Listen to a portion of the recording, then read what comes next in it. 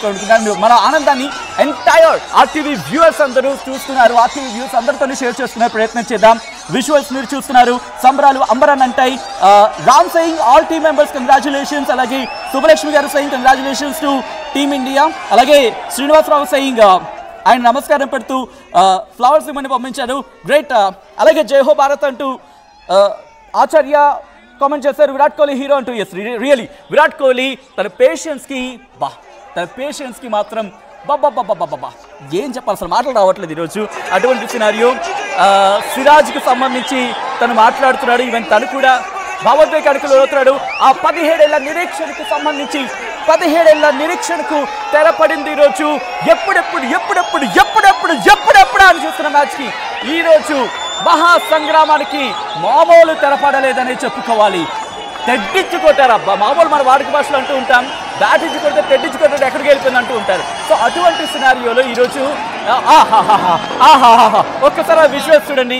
పోలీసులు సైతం, పోలీసులు కావచ్చు, అందరూ కూడా చిన్న పిల్లలు అయిపోయారు నిజంగా. లాస్ట్ ఓవర్ లాస్ట్ బాల్ వరకు, ఎందుకంటే 2 balls ఉన్నాయనగా వైడ్ పడింది.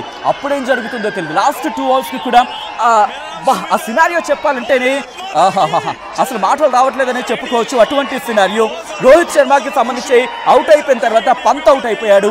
సూర్యకుమార్ యాదవ్, ఇక్కడ సూర్యకుమార్ యాదవ్ గురించి మాట్లాడుకోవాలి గైస్ నిజంగా. ఎందుకంటే if I'm not wrong David Miller, Manoj if I'm not wrong David మిల్లరే కదా ఆ wicket. Yes, turning point David Miller కి సంబంధించి. డేవిడ్ మిల్లర్ క్యాచ్ ని స్కై, నిజంగా స్కై అనే చెప్పుకోవాలి. స్కై అంటే కుమ్మేశాడు చాలా నీట్ గా, చాలా పేషెన్స్ గా, చాలా టాక్టికల్ గా బోర్డర్ లైన్ లో పట్టిన ఆ క్యాచ్ ఉంది చూసారు. బాబా మామూలుగా లేదు. మ్యాచ్ అక్కడ టర్న్ అయిపోయిందని చెప్పుకోవాలి. ఎందుకంటే డేవిడ్ మిల్లర్ కు నా షాట్ కనుక వెళ్ళుంటే 6 ఉండదు and at the same time continue అవుతారు. ఆ తర్వాత మ్యాచ్ మనకు తెలిసి ఏమవుతుందో. కానీ స్కై ఇక్కడ ప్రతి ఒక్కరు కూడా ప్రాణం పెట్టారు. ఎస్, పంత్ గురించి మాట్లాడుకోవాలి. ఇప్పుడే మా పీసీఆర్ టీం చెప్తోంది పంత్ గురించి. ఎస్, తనకి గాయమైన కాలికి మళ్ళీ గాయమైనప్పటికీ ఆ గాయాన్ని మానిపించేలా మన గుండెలకు గాయం కాకూడదని చెప్పి కాశాడు. వెంటనే అక్కడ వికెట్ పడింది, మీరు కనుక బాగా గమనిస్తే. సో అలాంటి సినారియో ఒక్కసారి రివైండ్ చేసుకుంటే కనుక ఎస్, ఫీల్డ్లోకి రాహుల్ ద్రావిడ్ కూడా వచ్చాడు. నిజంగా ఆ రోహిత్ శర్మకి సంబంధించి మాత్రం వరల్డ్ కప్ కోరిక ఉండిపోయింది. వరల్డ్ కప్, ఎందుకంటే లాస్ట్ వరల్డ్ కప్ మనకి రావాల్సింది, వన్డే వరల్డ్ కప్ రావాల్సింది, ఇట్లా తప్పిపోయింది. ఈసారి కూడా అదే జరుగుతుందేమో అనుకున్నారు. కానీ